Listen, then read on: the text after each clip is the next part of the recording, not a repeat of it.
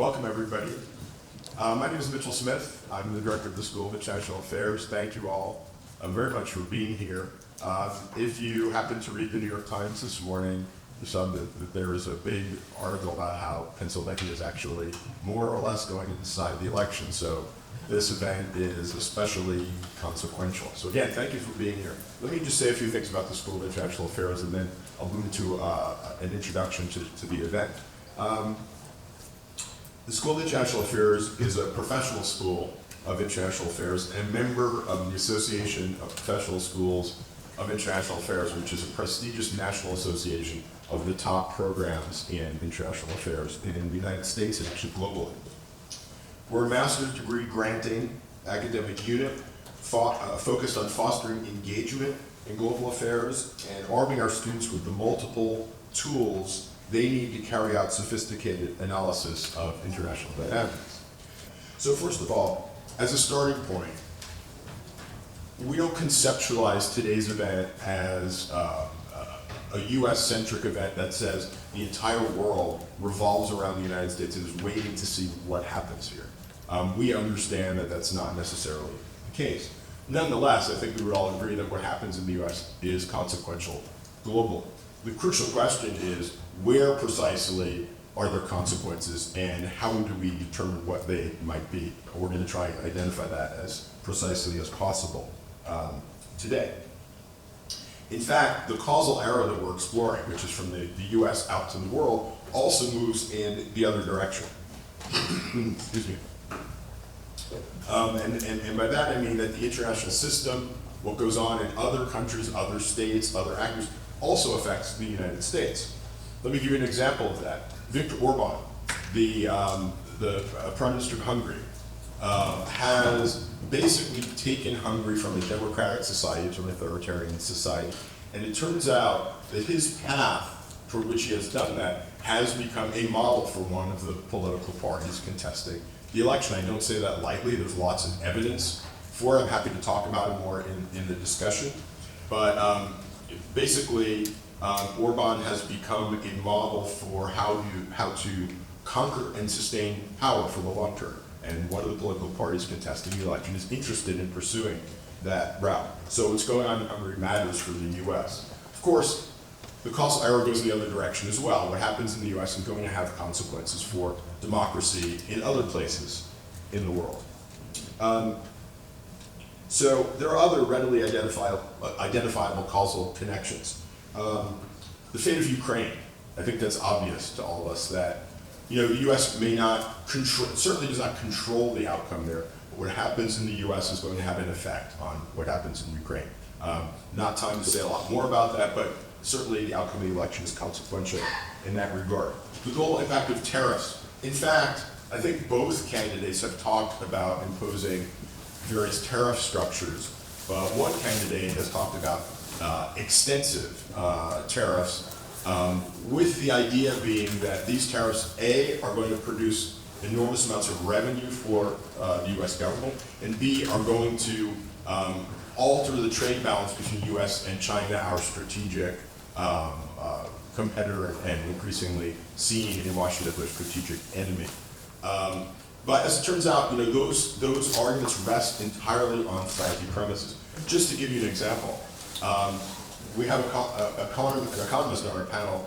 He will tell you, I'm sure, I don't want to speak for him, but I'm sure he would tell you that it's consumers in the United States that are paying the lion's share of those tariffs if they are imposed. Additionally, what's going to happen is, in fact, this already happened between 2016 and 20 with tariffs on China.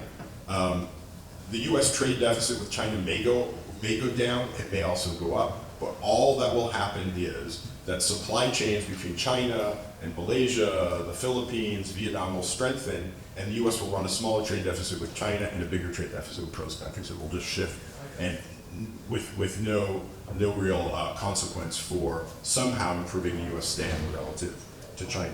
So, I mean, there are some issues there.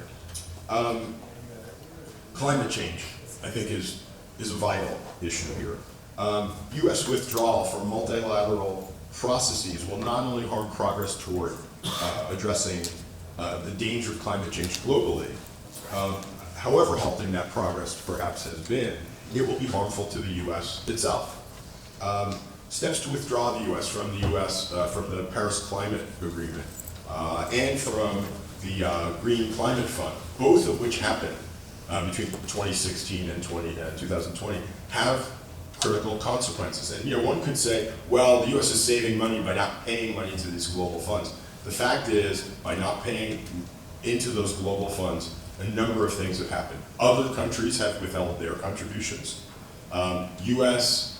Green technology companies have not reaped the benefits of the investments that would follow from the U.S. putting money into the Green Climate Fund, and some of the consequences of that fund have been really dramatic. So, for example, in Malawi, there was in 2019 Cyclone Ida was absolutely devastating, large loss of life, and USAID ultimately funded in 2022, I believe, an early warning system that ultimately has saved a lot of lives. So you can see that there's a global consequence of when the U.S. is invested in the Green Climate Fund and the Paris Climate Agreement. It's also true, and many of you probably know this, but if you're not aware of it, country contributions to the Paris Agreement are completely nationally determined and voluntary. They are not dictated or determined by any outside forces. So there's that issue as well. Similar logic applies to other multilateral institutions like the World Bank. Might the U.S. withdraw from the World Bank? The fact of the matter is that the U.S. has benefited enormously for decades from the operations of the World Bank because it has been extremely influential in those operations. Finally, not only policy outcomes matter, but the conduct of the election matters. Consider the consequences of the 2020 election and the denialism of the outcome, which persists to this day, what happened on January 6th. That not only shattered perspectives of the U.S. as a global leader, a global democratic leader, and again, I mean, some of those attachments to the U.S. as a global democratic leader were thin to begin with. Nonetheless, they were severely damaged. But also what happened is, in the ensuing years, there were claims by successive governments that election outcomes that they lost were fraudulent. This happened in Peru in 2020 with Keiko Fujimori, the daughter of a disgraced former prime minister. It happened in Brazil in 2022, early 2023. It also happened in Argentina last year, although the party that was already claiming election fraud ultimately won. But to wrap up the point, the New York University scholar of authoritarianism, Ruth Ben-Ghiad, describes this effect as widening the horizon of possibility for autocrats. And that is what has happened and what could happen. So it matters. So let me at this point introduce my colleagues to continue the presentation. I'm going to introduce them in the order in which they're going to speak. I'm really happy to share the stage with this group of colleagues. They are the longest serving faculty members in the School of International Affairs, and I'll start with the person closest to me to move outward. Ambassador Dennis Jett is a founding faculty member of the Penn State School of International Affairs, which he joined in 2008. During his lengthy and distinguished foreign service career, he served in diplomatic positions in U.S. embassies in Argentina, Israel, Malawi, and Liberia. He then became Special Assistant to the President of the Clinton administration and Senior Director for African Affairs at the National Security Council. He went on to serve as the U.S. Ambassador to Mozambique and then to Peru. His academic research interests focus on international relations, peacekeeping, and U.S. foreign policy. Immediately prior to joining Penn State, he was Dean at the International Center of the University of Florida. Professor Jett earned his BA and MA in economics from the University of New Mexico and his PhD in international relations from the University of Witwatersrand in South Africa. Professor Sophia McClennen joined SIA in 2012 and is Professor of International Affairs and Comparative Literature and the founding director of Penn State's Center for Global Studies. She has published 12 books and has 2 in process. Her most recent monograph is Pranksters versus Autocrats: Why Dilemma Actions Advance Nonviolent Activism, Cornell University Press, 2020. In addition to her books, she has edited 8 special issues of journals and published over 70 scholarly essays on a range of topics, which coalesce around the question of how culture, politics, and society interact. Displaying the very best qualities of a globally engaged public intellectual, Dr. McClennen writes regularly for Salon and is published in the Daily Beast, Truth Out, Counterpunch, and other sites. She has been interviewed by CNN, the BBC, Wall Street Journal TV, HuffPost Live, the Chicago Tribune, the Washington Post, the Philadelphia Inquirer, Political Variety, The Hill, and NPR Miami. Dr. McClennen received her bachelor's degree at Harvard and her MA and PhD degrees at Duke. Johannes Fedderke is Professor of International Affairs and African Studies at SIA, which he joined in 2010. He is an economist whose research uses mathematical and econometric modeling to examine the dynamics of economic activity and strategic behavior, with particular reference to the impact of institutions. He is the author of more than 100 peer-reviewed publications. He has served as the director of several research institutes, as well as the schools of economics, and was the founding president of the African Econometrics Society. Dr. Fedderke has also done policy work for the World Bank, the African Union, the League of Arab States, the South African Reserve Bank, the South African National Treasury, the Departments of Trade, Industry and Arts, Science and Technology, and the South African Parliament. And then my colleague Flynt Leverett is a professor of international affairs and Asian studies. He is also a founding faculty member of SIA.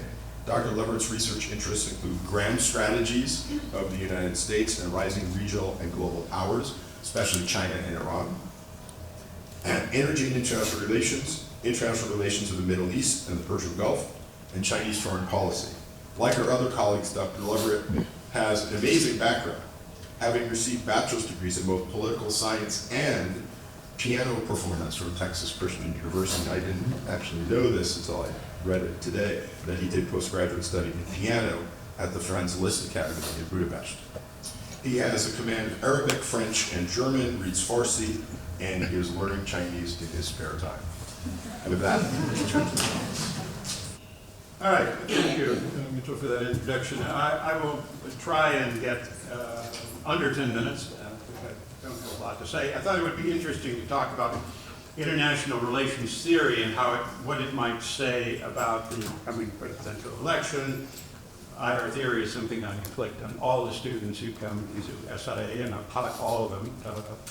We'll come through the program. We studied 14 different IR theories during the course of the semester, but there are two main ones. And there are three never-ending arguments about foreign policy in general, which is good because if they were ever ended and the decision was made, we'd probably be out of the job because there'd be nothing to discuss or argue about. But the three arguments are engagement versus isolation. Do you take an active role in the world, or do you stick your head in the sand? Unilateralism versus multilateralism. Do you go it alone, or do you try and do things always jointly with other countries? And then there is internationalism versus realism, which are the two main theories. You'll see them often mentioned in newspaper articles, because I think a lot of journalists have taken poli-sci 101 or something, and so they're constantly referring to them. I remember an article that basically said Clinton came into office as an internationalist and left as a realist, and George W. Bush came into office as a realist and left as an internationalist. I was unconvinced by the article. I think they both came in as politicians and left as politicians, or former politicians. But how are these debates reflected in the political party platform? Well, first, let me talk a little bit more about defining who realists are. So we know that the difference between realist and internationalist, and then we'll see how that is reflected in the party platforms. And I know this is a good definition of realism and internationalism because I asked ChatGPT and it told me. So realists have a pessimistic view of human nature. They believe that the power is what motivates countries, and that there is no supranational authority over individual sovereign countries. In other words, there's no adult supervision in the international sphere that can instill discipline on the unruly countries or the ones that are misbehaving. They have historical examples to support their argument, and I suppose they argue that human nature never changes. And they also claim that power politics and the anarchic nature of the system, which is why you don't have, it's anarchic because you don't have any adult supervision, that makes realism a good theory, so they say. So the internationalists, on the other hand, they're the ones who believe that all nations can join hands and sing Kumbaya and everybody will get along, that we can work together and come up with solutions to problems and peaceful relationships. They believe in strong international institutions, and the United Nations, for instance, and its fleet of black helicopters, which don't show up on radar and fly mainly over Idaho, I think. And they also are committed to human rights and humanitarian principles. They see a globalized world that requires collaboration, and you can't address the problems, the most crucial problems that we face on a unilateral basis. Even the most powerful country in the world is not all powerful. So they promote norms that value justice, equality, and democracy, and they focus on soft power, diplomacy, and dialogue. I remember a while back, I think it was Madeleine Albright, didn't like to use the word soft power because soft is soft, and so the people who believe in hard power, you can think of hard power as the ability to coerce other countries into doing what you want them to do. That can be military power, or it could be economic sanctions, which is a little, not quite as hard as an F-35. Soft power is the ability to convince other countries of what you want them to do. That's the essence of diplomacy, in effect. But Madeleine, as I said, didn't like the term soft power, so she said, we're going to use smart power. We're going to be multilateral whenever we can, but unilaterally when we have to be. So it's a mix of the two. So what are the party platforms actually say? The party platforms are actually very interesting documents. There's something called the American Presidency Project at the University of California, Santa Barbara. So if you're having trouble sleeping some night, you can go to that website and you can read the party platforms back to the 1870s. If that doesn't put you to sleep, then nothing else will. And they tend to be very long documents. For instance, in 2016, the Democratic platform was 26,000 words. The Republican platform was 35,000 words. In 2020, the Democratic platform was 42,000 words, and the Republican platform was 300 words. Because basically they said, yeah, it's what we said last time, and it's the next tweet anyhow, so we're not going to bother even.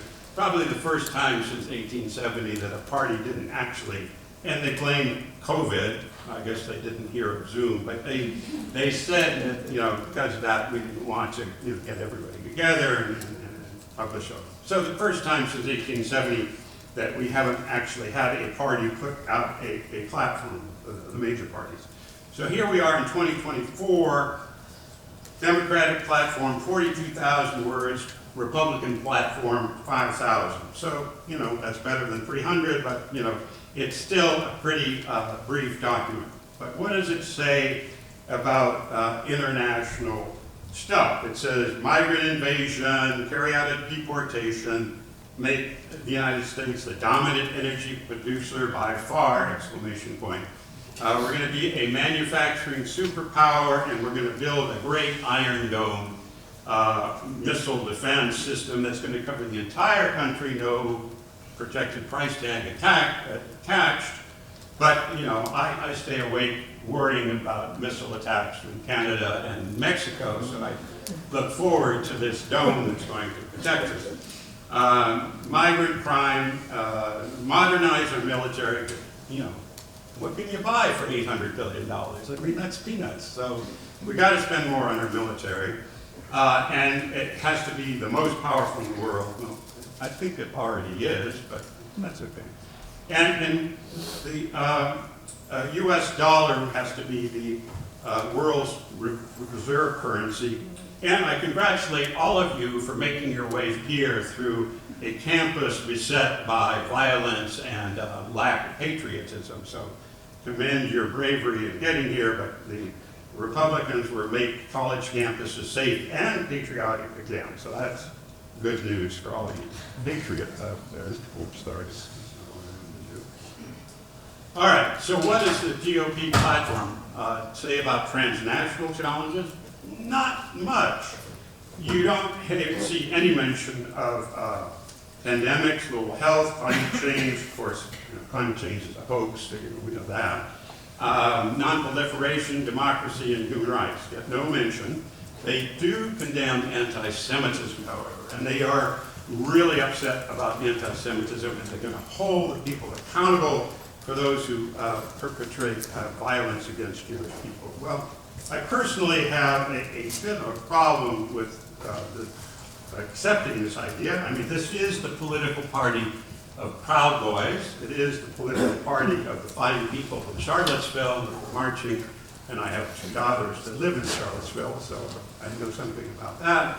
It is the party of Christian nationalism. And when I was sitting in my home 6 years ago in Pittsburgh, eating my cereal for breakfast and thinking there are a lot more sirens today than normally, it was because a man inspired by the anti-immigrant rhetoric of the party went into a synagogue a mile from my home and murdered 14 people, including some people I knew. And then the latest example of their caring about anti-Semitism is their candidate who went to an anti-Semitism conference and told these people assembled there that if he loses the election, it's going to be the fault of the Jews. So, for me, it's like the Klan coming out in favor of DEI. It's just not particularly credible for this party to say that they really care about anti-Semitism. They also care about technology. They want to support AI development because if in your political bag of tricks, if conspiracy theories is one of them, then what better way to spread those than through AI? And of course, we now know that they control the weather and they are directing hurricanes to hit rural areas in the South where Republican voters are, and so it goes. And so one of the other examples of anti-Semitism is people believing that they are being deprived of their relief from disasters. Any Jewish officials in North Carolina are now getting death threats because people are believing that. So what do the Democrats say?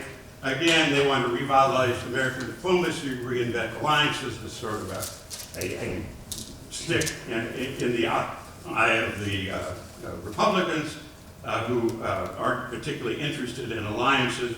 They want to transform our armed forces because, again, $800 billion is not enough. They want to mobilize to address transnational challenges, so at least they acknowledge that they exist. And they want to have greater trade and have a review of each region. So it all comes down in the end to which version of the world and America's role in it you want to project and will result from the next election. And that is the reason why there are a whole lot of people in the world wondering what the outcome is going to be and which America it will be. Thank you.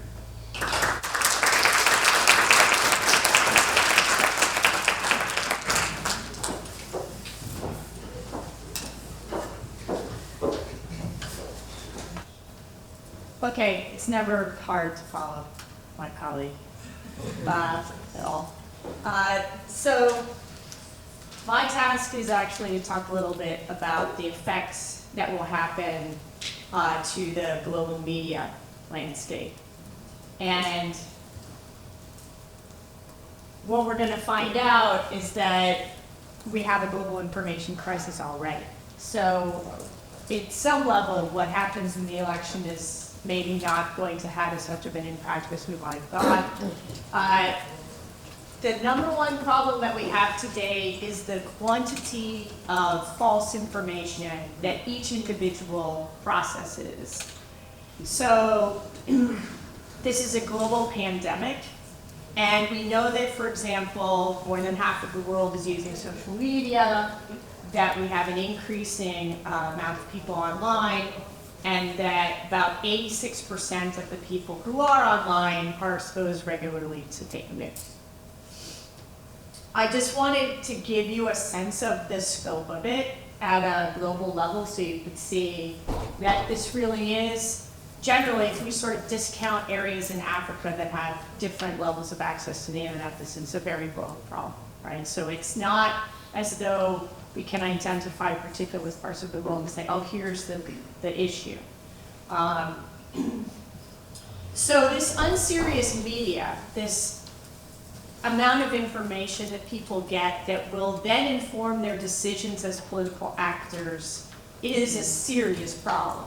And I'm just going to talk a little bit about some of the different factors at play, and then hopefully leave a lot of time for us to discuss this in our Q&A. So the first thing is to think about the global actors. So we have a tremendous amount of players out there. But just to give you a sort of snapshot of the key people that are attempting to influence our elections in the United States. I looked at the most recent memo from the Office of the Director of National Intelligence, and they're very clear on what's happening with some of the big players. So we know that Russia wants to support Trump over Harris.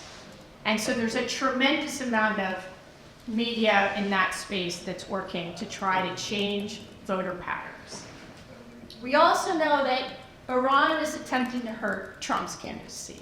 Again, because they would imagine that a Harris presidency will be in their best interest. So there are many times that people are going to see, say, a tweet or what seems like a news story, etc., coming from either Russia or from Iran that are just fake news trying to influence how people will vote. Folks will remember that it was the 2016 election when we were blindsided by the fact that there was so much fake news out there circulating that many believed that it caused Clinton the election. And one of the stories was this story circulating that there was a pedophile ring in a pizza parlor in DC. I say this out loud like that's a thing I could say, but you know, this was real. And it was so real that at one point a Trump supporter came to that plant, it's Planet Pizza, I think, and you know, with a gun, you know, ready to free the children. So this is a real problem. And often these news stories are actually coming from Russia, or in this case now, or Iran today. What we see in the case of China, because China is also upping its game in this media space, is that China actually doesn't care much. What they care about is destabilizing U.S. citizens' faith in their democracy. So that is working for them too, right? So what, I'm afraid I'm gonna be depressing for you. So half of Americans get their news on social media, even though, and this is the thing that's really shocking, right? Only 40% believe that they get, that should say only, 40% believe that they get inaccurate information on social media, yet they still look at social media to get their news. So that's really bad, right? And part of what we now know is that that reality that people are going to pull their news from YouTube or from, you know, Twitter, whatever we're calling it today, it's a change that's not going backwards, right? So these platforms are the way in which people will get informed. The skepticism that people have about the information that they're getting on these platforms is not keeping the people off the platforms. That's the thing to keep in mind. So the amount of political information that people are getting, I thought this was really interesting because a lot of people think that TikTok is just a place to see like, you know, people do silly dances and tell you how to like use bleach to, you know, clean your kitchen. But in fact, half of all TikTok users are going to see a political post every day. That's a lot. And especially when we understand that these are algorithms, they're trying to give you the things you like, right? Like that said, political information is showing up in these platforms that seem to be dominantly about entertainment. So that's also another point I want to make, this intermixing of serious and unserious information. We're getting it, we're getting used to it.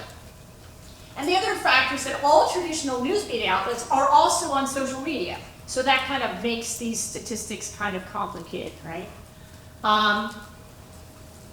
What you have to hold in mind when you're thinking about these changes is another big shift. And that is basically the end of journalism as someone like me, you know, growing, you know, born in the 60s, knew, right? Do I have any journalism majors in here? Sorry. Yeah, so you're not getting a job like put a hat in for Walter Cronkite, right? So more than 2/3, this is astonishing, right? More than 2/3 of newspaper journalist jobs have vanished since 2005. And it's not getting better. So you're not getting skilled people who know how to give you information in an unbiased and effective way.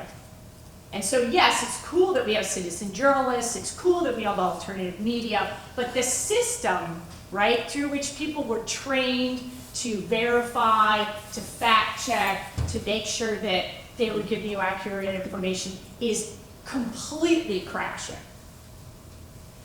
All right, so in case that wasn't depressing enough, AI is here, it's here to stay. We've seen how AI has affected elections. I'm just giving you two examples, one from Taiwan, one from India. You can read them if you feel like it. But what is important to know is that AI is not just generating news stories, it's really effective at creating news stories that seem real to people by having images and stuff that look like they could be, you know, real, right? So what we now get as a consequence is a global problem of skeptical and disinterested voters. So we have voters who don't believe that those systems work or don't care. 74% of all voters globally think that politicians do not care about them, which could be true, but is still bad, right? So it's bad because if you don't think politicians care, then you don't get involved, then you don't vote, and then the whole thing, right? It keeps getting worse. And so we're seeing a global downturn in voter turnout. And I'm going to walk you through this data. I'm basically finishing up, but this is really interesting. You guys probably know what troll farms are. We still have them. That's interesting. But the more interesting thing is how creative we are now seeing these sort of global actors in attempting to manipulate how people think about things. So this Operation Overload was a Russian strategy to target journalists and send them emails saying, I saw this thing about Vladimir Zelensky. I think it's fake. So this is crazy, right? So they're gumming up real journalists who are now tracking down what seem to be stories that are circulating that are not circulating so that they can debunk them. I know, if it hurts your head, it hurt mine when I first heard it too. And so this was like a really widespread thing. So you'd send this image, you say, I've seen this, I think it isn't right, can you check into it? And now people are wasting their time debunking fake stories that are not even real fake stories. Yeah. So this is how crazy it is for me to try to stay on top of it, because the old Pizzagate thing seems like nothing. So where we are today is that recognizing hoaxes, avoiding scams, and debunking propaganda are literally the core civic skills that we need to see developed globally. And you can see Finland is really the only place getting it right. Almost no countries will invest in this because, as Dennis pointed out, most political parties don't want a highly educated electorate. So you have to have a public education system committed to educating people to spot this kind of fake news so that you can have a healthy democracy. So with that, the effects of the 2024 election are probably unlikely to change this really, really complex media landscape, and it's in fact up to us to fix it and our students. So that's mine.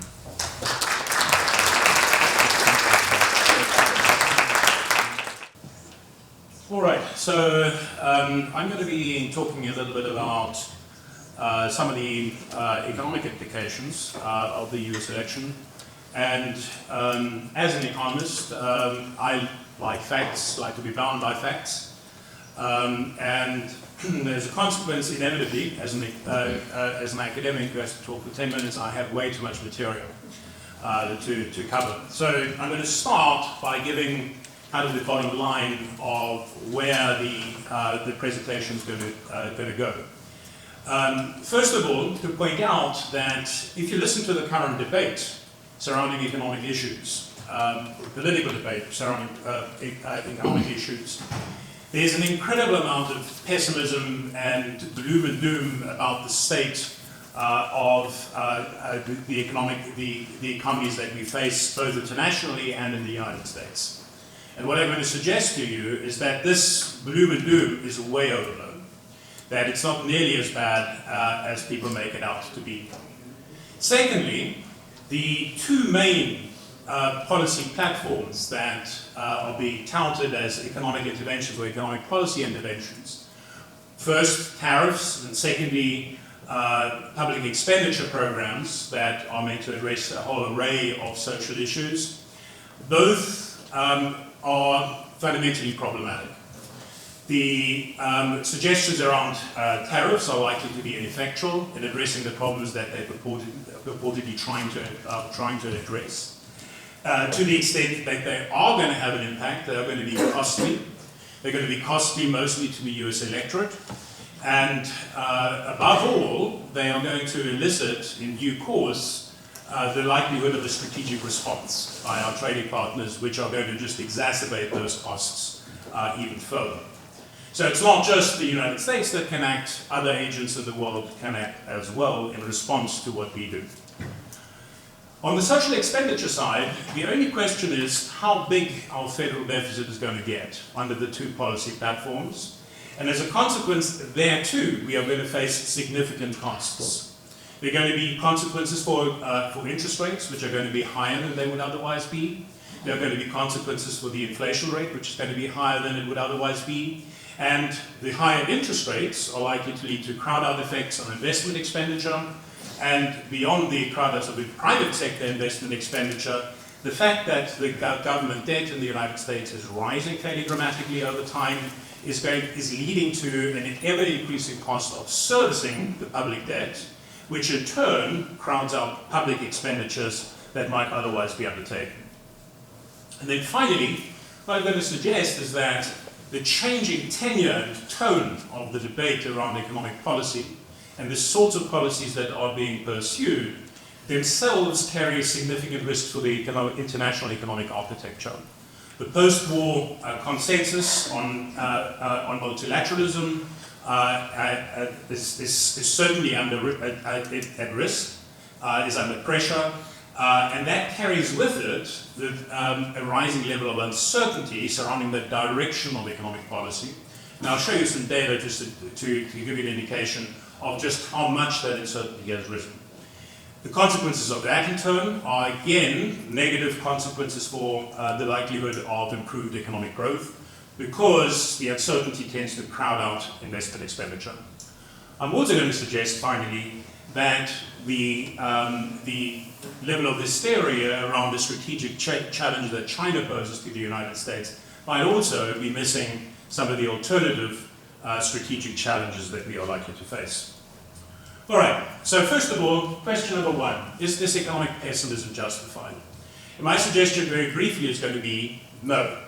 If you take a look at the world economy as a whole, and this is stretching back some way, all the way back to the 1960s, if you take a look at the last period of time here, the last 10 or 15 years, it's very clear that there has been a marginal slowdown in the world economy. This is the growth of the world as a whole. There has been a slowdown, subject to these very significant negative shocks that were associated with the subprime crisis in the late 2000s and the COVID crisis in the late teens. But the slowdown in the world economy hasn't been anywhere near as dramatic as you might believe if you listen to the debate. If you take a look at the US performance, so here it's the grey line that we need to trace out, and compare the United States' performance against some major alternative economies. Here I've just chosen fairly arbitrarily Germany and Japan as two significant trading economies in the world. What you can see is that the performance of the United States in growth terms is by no means out of line with that of the other major world economies. And if anything, after the two crises, the performance of the US economy, if anything, has outperformed those of Germany and Japan. So once again, the gloom and doom surrounding the performance of the US economy doesn't seem to receive very obvious support, other than the fact that we have been subject to these very significant crises. By the way, if you take a look at the major emerging economies, in particular if you take a look at China, that's the blue line here, you can see that, again, this hysteria about the performance of the Chinese economy should also be subject to some degree of qualification. You can see that, yes, China achieved very significant growth rates, up to 10%, over a significant period of time, as it liberalized post-1990, but in fact, the Chinese economy has been in a steady process of slowdown and ever moderating growth from the late 2000s. And that trend has been steadily downwards, and China is now beginning to realize growth rates that are not that far out of line with those of the industrialized nations. And interestingly, the debate very rarely mentions other major emerging economies. For instance, if you take a look at India's performance arguably is far less subject to a declining growth rate, and thus may actually prove to be a far stronger emergent economic power than people have credited it for thus far. And by the way, one last point, when it comes to the unemployment rate, what you can see here is that the US unemployment rate certainly was affected very significantly with the subprime crisis, and was affected very significantly again by COVID. But in fact, the US economy now is operating very much, essentially, at full capacity. So what we can see is that the pessimism, not all that well placed. The US is operating close to full capacity, although there's some countervailing evidence when you take a look at capacity utilization. Although you do have to recognize that the world, and the United States, therefore, has been subject to increasing shocks. If you take a look at the situation surrounding trade, trade is continuing to grow as a proportion of the world economy. So globalization is continuing to increase steadily. So this is the percentage of the world economy, of the world GDP, that is traded. It's not showing any signs of slowdown. And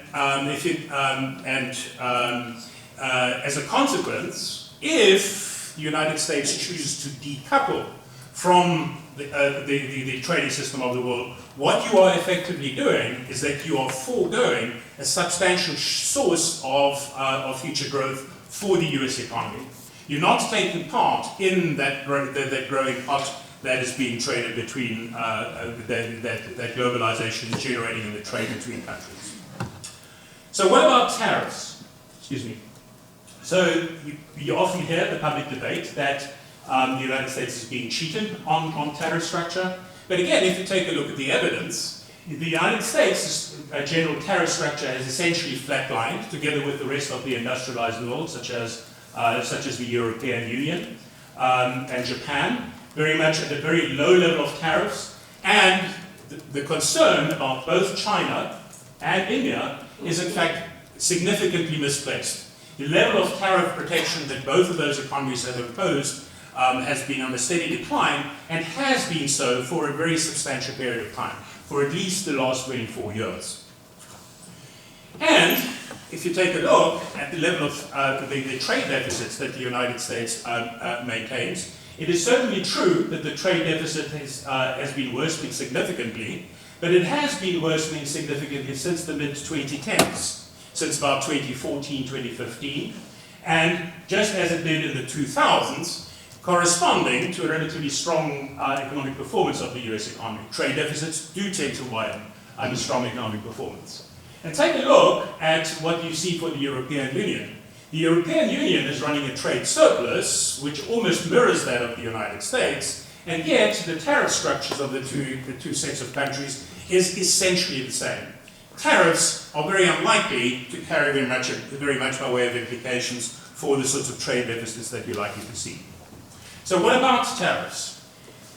Doesn't appear to be the case that we are being cheated on tariff structures with our trading partners. And the problem with imposing tariffs is, first of all, that it's going to be inflationary on domestic prices, if they are effective, and if they are really going to bring manufacturing activity back to the United States, then they have to raise those prices, because that's what changes the economic incentives towards creating more manufacturing activity and manufacturing jobs. If they do not raise the domestic prices in manufacturing, they are not being effective, and they will not have the effect of repatriating the jobs. So, as a consequence, if they are going to be effective, they are certainly going to carry inflationary consequences, they're going to be disruptive of supply chains, and they are going to likely elicit a strategic response from our trading partners. I'm almost done, I promise you. So what about the fiscus? And with the fiscus, again, what we see is that the deficit on public expenditure has certainly been widening again, but it has been widening since the mid-2010s, steadily becoming worse.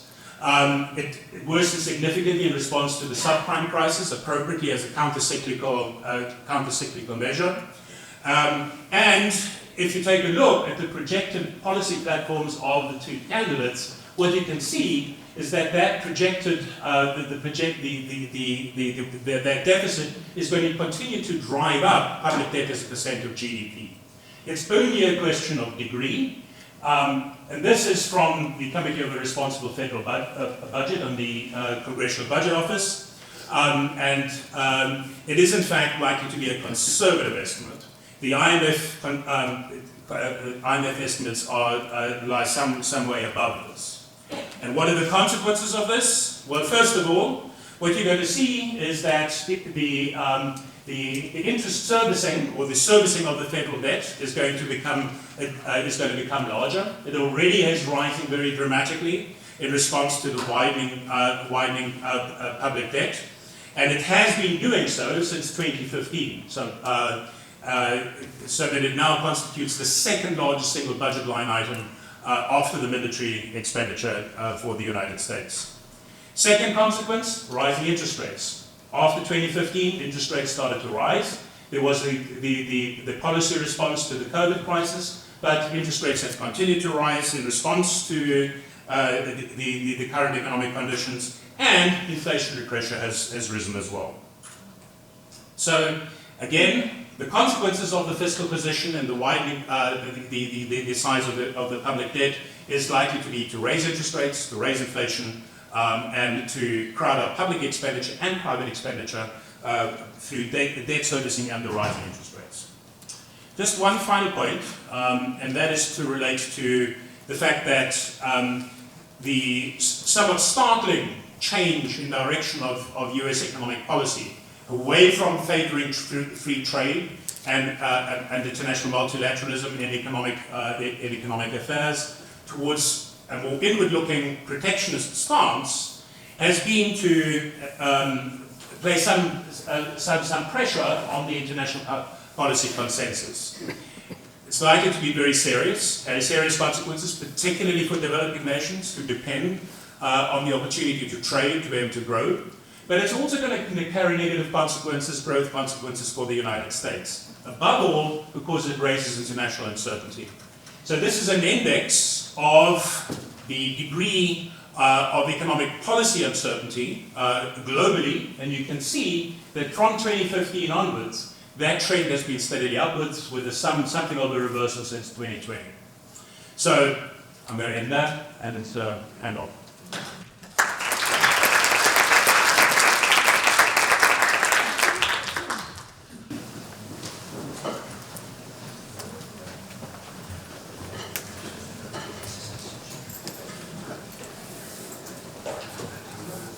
Hi there. I'm going to try and pull a few themes together you've already had some exposure to, get you into questions. Basically, I'm going to talk about how, regardless of which one of the major party candidates wins, the United States is at serious risk at screwing up both its Middle East policy and its China policy over semiconductors. Okay? If you think about hot button foreign policy issues in this year's US presidential election, I think the Middle East ranks pretty close to the top of that agenda. Gaza war, Israel's confrontation with Palestinians, Israel's confrontation with Iran and various Iranian regional partners. Those are important issues, obviously. They are going to be immediate and daunting challenges for whomever replaces President Biden in the Oval Office come January. But I want to talk about this other thing. Globalization affects different parts of the world differently. There are parts of the world which globalization manages to accelerate, to intensify regional economic integration. There are other parts of the world, and the Middle East is one, where that doesn't seem to be the case. In the Middle East, globalization has basically segmented Middle Eastern states into various subsets. One of the most important of those subsets, I would argue, is monarchical hydrocarbon-producing states in the Arabian Peninsula on the western side or the Arab side of the Persian Gulf. If you take the GCC, the Gulf Cooperation Council, as a kind of collective stand-in for these states, they have a collective GDP of around $2.3 trillion a year. If you include Qatar in this collective stand-in, which analytically I think you should most of the time, then that goes up to GDP of $2.5 trillion every year. These countries also have enormous, I mean like truly enormous, reservoirs of sovereign wealth at their disposal, which they're already important players in global financial markets, and they just get more important by the day. So let's just focus on that subset of states for a minute. There are three things going on with these states right now that I think how these three things turn out going to have huge ramifications for what kind of geopolitical order and, if I may, geoeconomic order we live in. First thing that's going on is these hydrocarbon-producing states. Let's just focus on the big three: Saudi Arabia, the United Arab Emirates, and Qatar. All right, all of these states are going through incredibly ambitious, incredibly complicated, incredibly expensive economic diversification programs. They know global energy transition is already started and it's going to play out. The world is still going to buy a lot of oil for transportation fuel, but demand for oil as transport fuel is going to peak within the next few years if it hasn't peaked already. It's going to peak, and from there it's going to slowly up. Natural gas. People are going to use it as a bridge hydrocarbon, especially for electricity generation. But even there, these states know that more and more renewable energy is going to pick up the lion's share of the burden for generating electricity around the world. As these things happen, they are shifting more and more of their hydrocarbon output, using it as cheap feedstock for increasingly complex oil and gas-based petrochemicals that can increase the net back these states get on a barrel of oil, as opposed to, refining it. They can increase the net backs on a barrel of oil by a factor somewhere between 3 and 10, depending on the hydrocarbon. Okay, that's going to give them revenue from hydrocarbons for a long time to come. But basically, they all know they have to do more in terms of non-oil economic activity. That's one thing.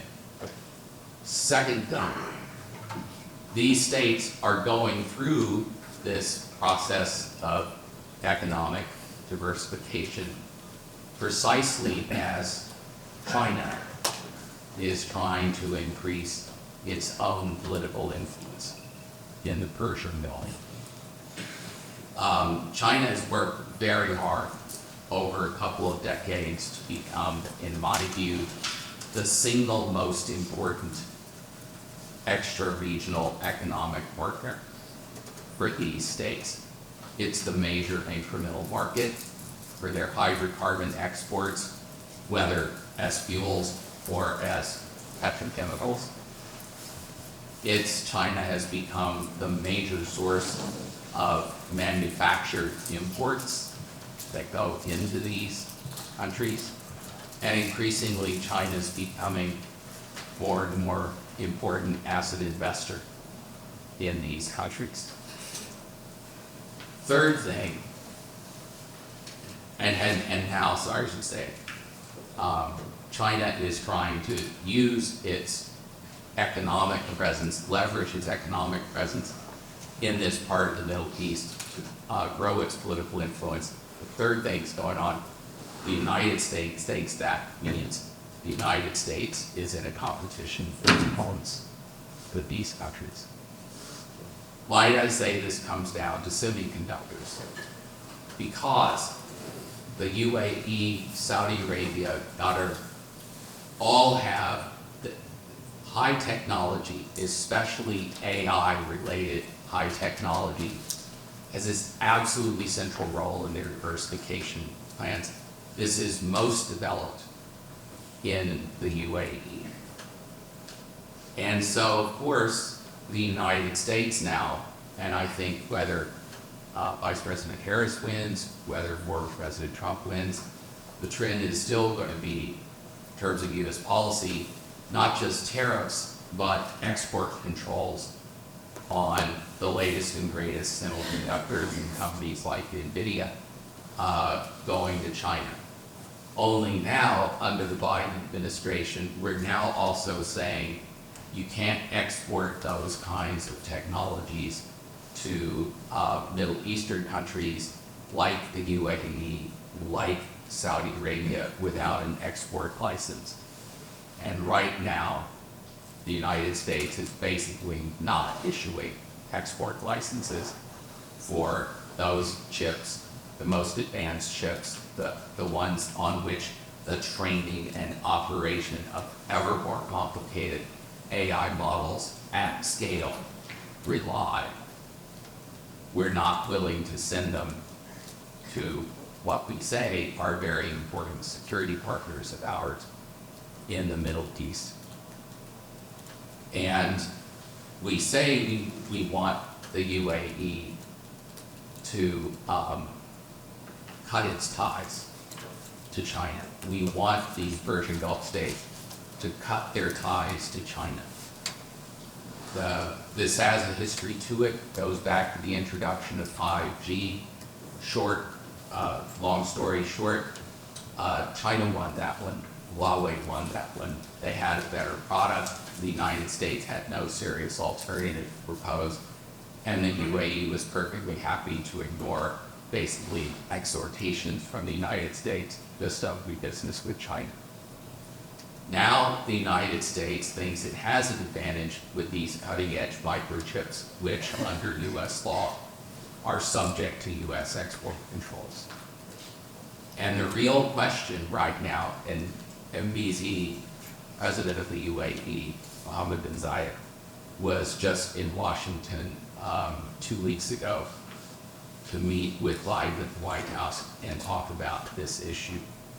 But basically, is the United States going to be able to export cutting-edge AI-related chips and larger technological systems that incorporate those chips to some of its most important Middle Eastern partners? Or for an illusory advantage over China, which I would expect within the next few years won't be there. The Chinese will figure out, Huawei will figure out how to make chips that equal the best US controlled chips. Are we going to, for this illusory few years of advantage, are we going to basically further incentivize important countries like Saudi Arabia, like the UAE, like Qatar, to make China their most important technological partner rather than the United States? I look forward to your questions.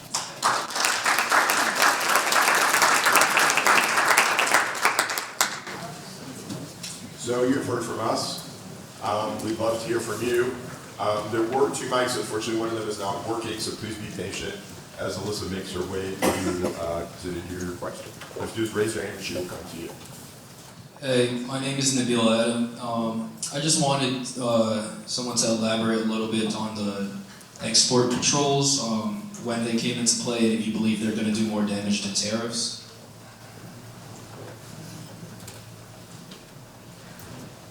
Yeah.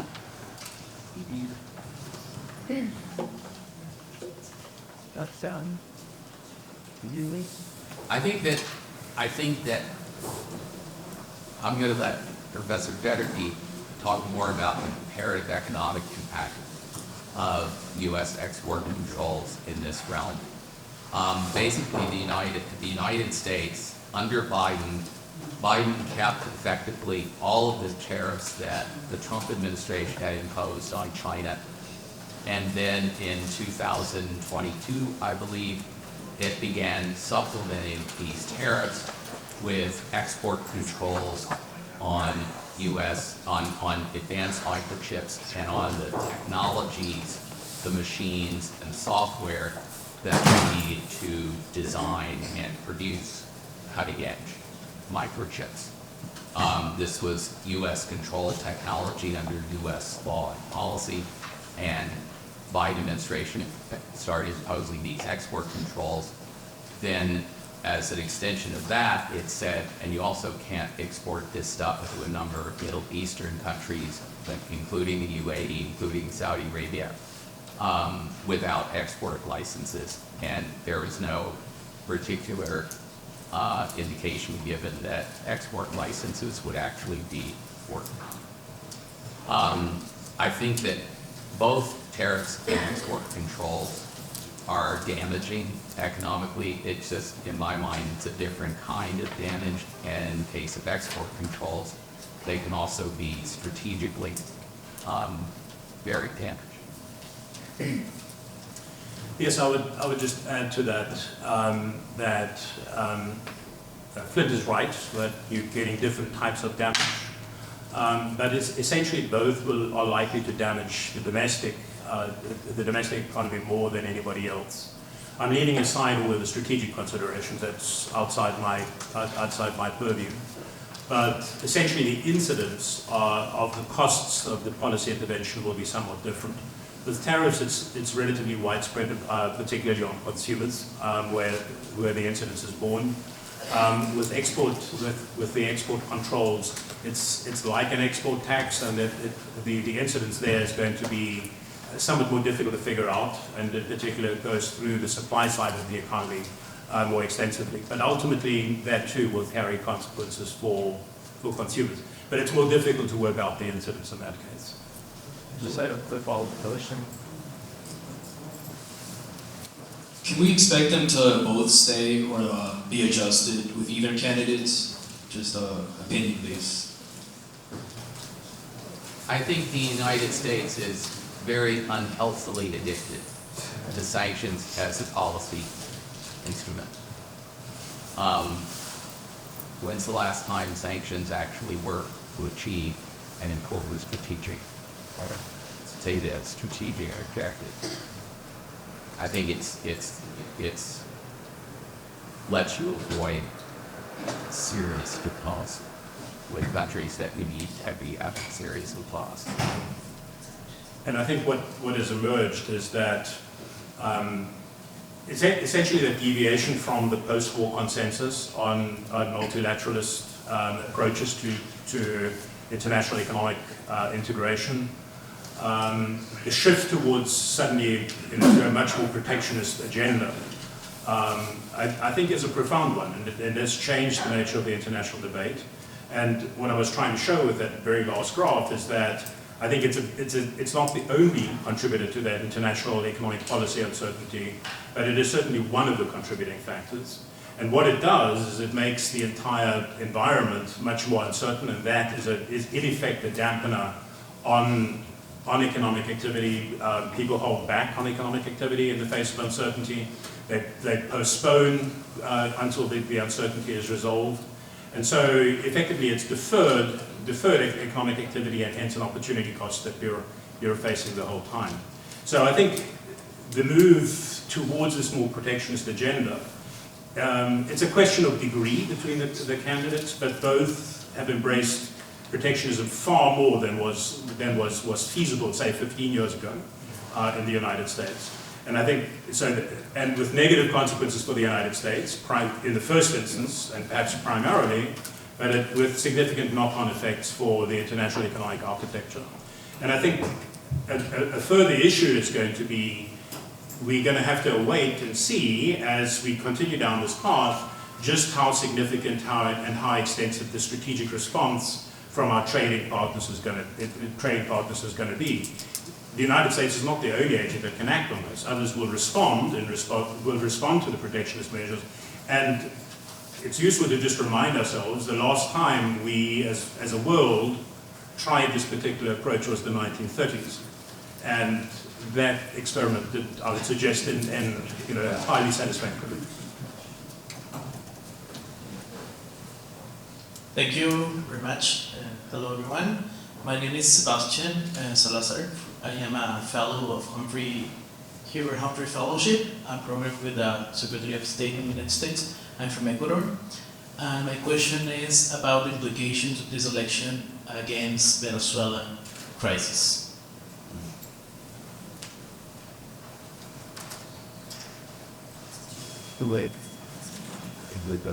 Yeah. I'm not sure we have a Venezuela expert here, but Professor Jett is the closest thing we got. Well, I've been there a couple of times. I monitored elections in Venezuela back when there was such a thing. I'm not sure what the solution to the Venezuela problem is. I mean, you have a country that's exported a quarter of its citizens, has been an economic disaster, and Maduro asserts that he won the election, but he's not releasing the tabulations. So I think clearly it was a fraudulent election. The United States has been urging Latin American countries to do something about it, and I'm not sure that has gotten very far, but there's only so much you can do. One of the things about being a dictator is it's not a bad job. You just got to hang on to the power, and the downside of letting power go is that this was a problem with Fujimori. He knew that the judicial system, when he was in power, he could be protected from it, and out of power he'd be subject to it. Sort of like Mr. Sumscott's commission too. And so I think Maduro's going to hang on to power, and I think it would take very forceful measures to get rid of him, more than economic measures. And I'm just not sure that the American government is willing to undertake it. And I don't see either president of the candidate probably entering into that, because sometimes it doesn't go well, and the result doesn't come what you want. But it is decidedly a mess, and I wish the book needs to do it. My name is Darrell Farmer. Can panelists, maybe Dr. Leverett, talk about sanctions with regard to Russia, and that the sanctions need to perhaps increasing those sanctions would bring them to return Mr. Putin to the table to negotiate a solution? My own view is that in some respects, U.S. sanctions policy has gone to new heights or depths, I'm not sure it's a good direction, of kind of mental short-sightedness with regard to Russia, since Russia invaded Ukraine in 2022. I refer to a couple of things in particular. One is, for a country that has now become, in historically unprecedented ways, the quintessential deficit superpower, the ability to attract foreign purchasers of U.S. Treasury securities is absolutely essential to the United States maintaining any sort of dominant global position. And so what did we do after Putin ordered the invasion of Ukraine? We first suspended Russian access to U.S. Treasury securities that even under American law are owned by Russia, having bought them. And more recently, they're going to basically liquidate some portion of these reserves, and they're going to use the proceeds, so it is said, to pay for the reconstruction of Ukraine whenever that happens. This has had, I think, some significant effects on China's willingness to buy as many U.S. Treasury securities as reserve assets as they might otherwise buy, and I think this is unbelievably short-sighted.